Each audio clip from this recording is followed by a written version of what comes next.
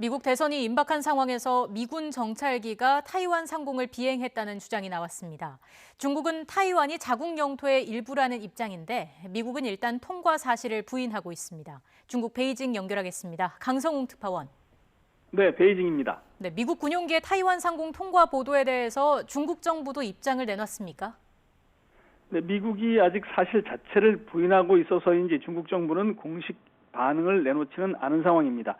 중국은 앞서 지난 6월의 경우 미군 수송기가 타이완 상공을 지났다는 보도가 나왔을 때는 주권 침해다라면서 강력히 반발한 적이 있습니다.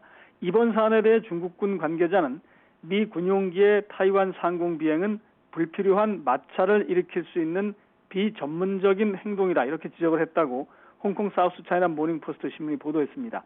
이 중국군 관계자는 아울러 지난 21일 그러니까 지난 수요일에 미군기의 타이완 북부 타이베이 상공 비행 과정을 중국군이 당시에 면밀하게 추적 감시를 하고 있었다 이렇게 주장을 했습니다. 중국 관변 매체인 글로벌 타임스 신문은 미국 군용기가 비행을 했다는 증거가 나온다면 중국군도 타이완 상공에 전투기를 보내서 단호하게 대응해야 한다고 주장했습니다. 이번 논란은 일부 항공기 추적 사이트들이 미군 군용기가 지난 21일 타이완 상공을 지났다고 밝힌 데 대해서 같은 날 미 태평양 공군 당국이 사실이다 이렇게 확인을 하면서 시작이 됐습니다. 하지만 미국의 군사 전문 사이트인 더 워조는 미 태평양 공군 공보 담당인 토니 위크먼 중령이 미군 정찰기가 타이완 상공을 비행했다는 그 첫 번째 발표는 실수였다 이렇게 입장을 바꿨다고 보도했습니다. 사우스 차이나 모닝포스트 신문은 이와 관련해서 미국과 중국 모두 이번 사안의 예민함을 고려해서 문제가 확대되지 않도록 축소하려는 것 아니냐 이런 분석을 내놨습니다.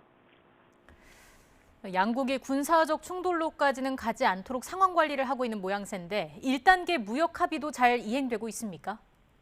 네, 그렇습니다. 코로나19 때문에 순조롭지는 않지만 적어도 이 무역 합의가 9일 앞으로 다가온 미국 대선에 추가적인 영향을 주지는 않을 것 같습니다. 트럼프 대통령이 관심을 갖고 있는 미국산 농산물 수입을 중국이 적극 이행을 하고 있기 때문입니다. 미국 정부는 이틀 전에 1단계 무역 합의 체결 이후 중국이 미국산 농산물을 230억 달러어치, 우리 돈 약 26조 원어치 정도를 구매했다고 발표를 했습니다.